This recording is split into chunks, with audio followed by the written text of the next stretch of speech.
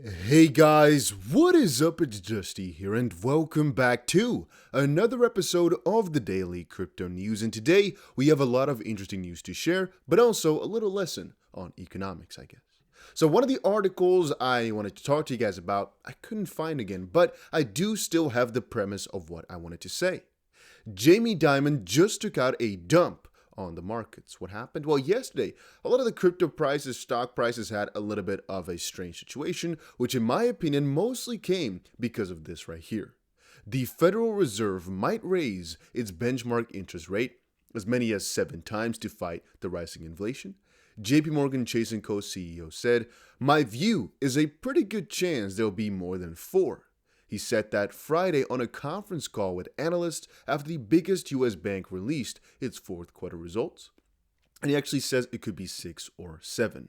Now, guys, on this channel, we talk pretty often about policy responses and in general, how inflation with a specific set of circumstances turns into, differences in the interest rate and how the targets that specifically here we close the monetary policy circle by observing the Fed's policies depend on the state of the economy. We've also talked multiple different times on the channel here about different stages like the conjunctural switches and just how the economy flows basically. But let's quickly check it out. Here we can see, for example, the position we are in right now is this one right here. It's called recovery. The inflation rate turns upward. Right now it's about 7%.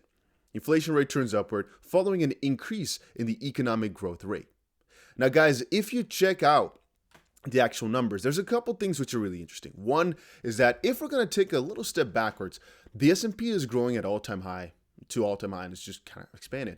However, from a real perspective, right, if we look at the world right now, it's not really in a better position necessarily than it was a couple of years ago. It's just the S&P is doing good, and generally speaking, we have recovered from this. The economic growth rate turns upward following monetary easing. I guess we can't officially call it that because it just depends on how you see it, basically. There's a couple other things which I don't want to put out here to make it even more difficult. But of course, we're in a little downwards period, a recession for just, a really small point, right? In 2020, it was a really crazy time. However, right now we had a recovery. The next point which we're getting into, because of the inflation going crazy, is the economic growth rate turns downwards following monetary tightening. Now, on whether or not you want to call what is happening right now, you can put a lot of different names on that. For, also versus the sense you can call some fiscal policies in there, as there's right now a lot of stuff happening. First of all, to the money supply, but in every shape of the economy, things are going really crazy right now. I just wanted to quickly show you guys how it is always the same type of circle that goes around, and explain it more often, where if the inflation goes up, all of a sudden, things become more expensive, right? So people will, generally speaking, be buying less eventually, and specifically when the government, like the Fed, puts a little step in there. Because what's going to happen, guys, is they change their rates. If they make it so that the interest rate is higher, what people will do is spend less. They'll save more because the rate for saving is going up. However, it'll also allow for less innovation as the cost of borrowing money has also gone down now. So generally speaking, you don't want to do that for economic stimuli, just for incentivization, because people will become not necessarily lazier, but they'll go into a little negative spiral, because the less that people spend, the less money comes in, the less that will be innovated, the more the prices will come down. And the only way in which you can fix that is by basically messing everything up a little bit again by putting the rates down.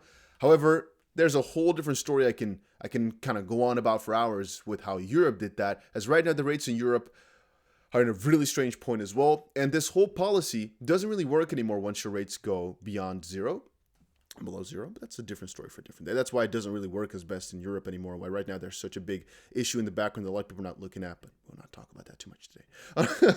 What I wanted to share, guys, has more to do with XRP Ripple. You guys know what I talk about every single day, man. XRP, our favorite crypto of the day. So Palau President Srangel S. Whips Jr. talks about his plans for the crypto-forward nation, including how Ripple will help Palau deliver digital wallets to every resident. And that's after CoinDesk shared this. The Republic of Palau is eyeing its own stablecoin after the launch of a digital residency program earlier this week. Anders had this to say: "So I then guess every digital resident of Palau can have USD in their wallet that's issued by the sovereign nation as an IOU on the public XP ledger." That's not the way I think it's going to work. But I think there's one thing that's really important to share here, and that is a lot of people have called out and said, well, this is really huge for Ripple. It is. Nobody can deny that. But what does it mean for XRP? And that's the thing that I think a lot of people don't understand. Whatever Ripple is building right now, a lot of these building blocks are necessary to get massive adoption for your crypto or for whatever solution you have. Ripple software, for a very good part, is just a replacement or an additional to Swift/Visa. We talked before about how they literally are the perfect fit for additionals as well. Why? Because they have a messaging system, just like Visa, for example, has. They don't do the settlement; it does the messaging, which is, I guess, the X current, which is right now just part of RippleNet. I don't think it has a specified name anymore. The X current part of one of Ripple solutions. Now, with that said, that's just the messaging system, though. And again, where they kind of coincide and help each other out is where XRP comes in through ODL, on-demand liquidity, basically allowing for instant settlement. That's again why Visa and Ripple are not necessarily competitors, because they can work together, just depending on what layer you want to put this as. But that's also how I sometimes think about whatever we're building here. For a very good deal, they're going to be creating stuff that's in some way, shape, or form going to be connected to XRP. So even though the messaging system on its own does not rely on XRP, and even though these CBDCs or whatever they're building does not necessarily rely on the XP Ledger or XRP, it can use it eventually, though. Where in the RippleNet, they will want the instant settlement through XRP, or the loaning through XRP, whatever. And through the CBDC venture, they might want to basically switch their CBDC up through XRP and then basically help the cross-border facilitation and whatnot through it. Then again, there's so much more we can kind of dive into in that sense, but it's like the bottom line that a lot of people I don't think understand or miss when I hear sometimes that this is only good for Ripple. Well, Ripple's volume, about 25% of the volume is XRP related, so the more volume that they get, if we call it a numbers game, if it stays at 25%, the bigger that they grow, the bigger the numbers will get as well. Then, like I said before, this is John Dean, Hinman better lawyer up. Whoa. The day the SEC filed Hinman's sworn affidavit in the Ripple XRP case, stating the Ether free pass speech represented only his personal opinion and not SEC guidance, placed him in violation of Title V. As a former federal prosecutor, I've won cases with less circumstantial evidence of guilt than that. Imagine what might be uncovered through subpoena power. The sad irony is that those that celebrated the lawsuit against Ripple might ultimately regret the lawsuit the most. And that is because of this right here. Haley Lennon shared, I keep hearing rumbling about the SEC thinking ETH was a security after all. 2022 may be even more of an SEC shit show than I thought. You know, the term don't shoot the messenger, right? I'm not saying the SEC regulates the space well. I'm just saying I'm hearing murmurs about this. And Anders there said, the judge in the Ripple case declared the Hinman speech, or declared the Hinman's ETH not a security speech, his personal opinion and not an official position of the SEC, basically meaning ETH as of this point is not safe like a lot of people think, I guess. Yeah, that's what we should fetch from there, and that could be an interesting predicament.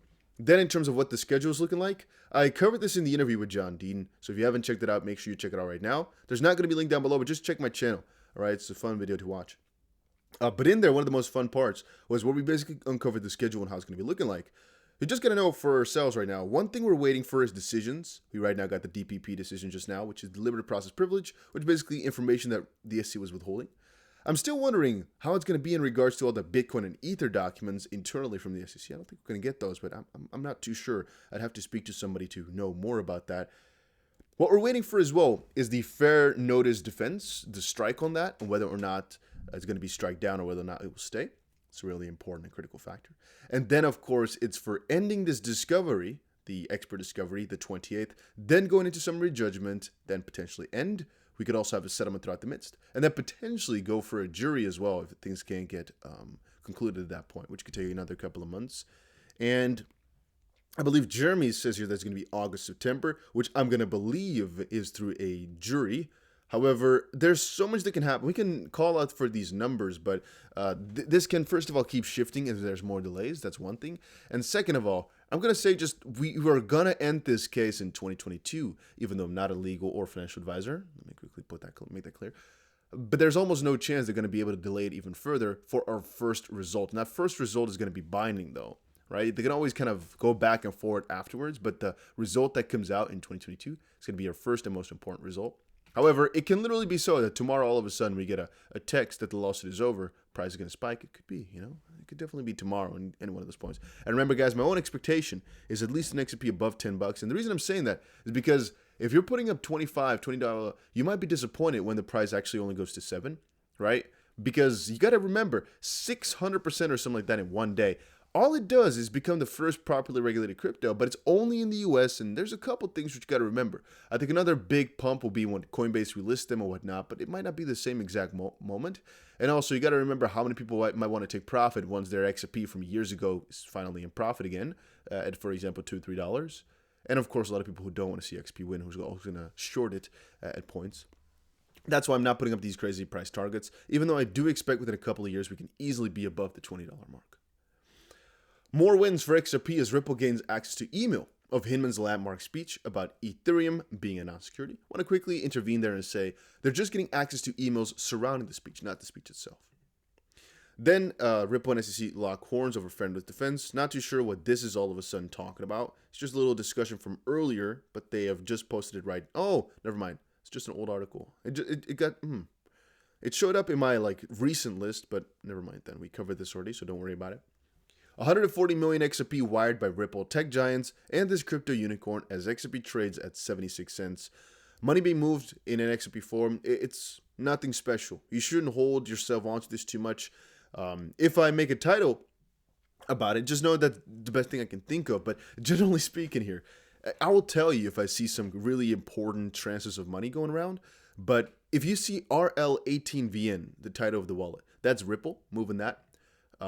That's, I guess, something you might find interesting. But still, then, you don't know what they're doing with the money. So it's just like, okay, I'm seeing that they're doing something, but I have absolutely no idea what they're doing, so I have no idea how to deduct or what to deduct from this or what to make of this. Among these transactions, one made by Ripple, which sent $20 million to Coins.ph, which is one of the ODL partners from Ripple. But what can we say they've done? Are they paying them to use their servers? Are they providing liquidity? Are they doing this, that? We don't know, so we can't really deduct too much from this. Couple other fun facts. I'm going to also put a timestamp right there for that. Right here, I think this was kind of interesting. Metaverse arrives on the Cardano blockchain, which I think was kind of cool. I haven't really looked into it too much, but apparently Pavia.io officially launches the first Cardano metaverse. They're doing their best to start it out. And apparently, crypto job ads jump 400% in a year, says LinkedIn. So crypto in that sense is also expanding massively. Just wanted to quickly share that as I think it was also rather interesting. All right, guys, that was for today's video. Hopefully you all enjoyed it. I have a couple cool videos coming up later today, so make sure you subscribe to the channel. And yeah, you guys are legends. That's all.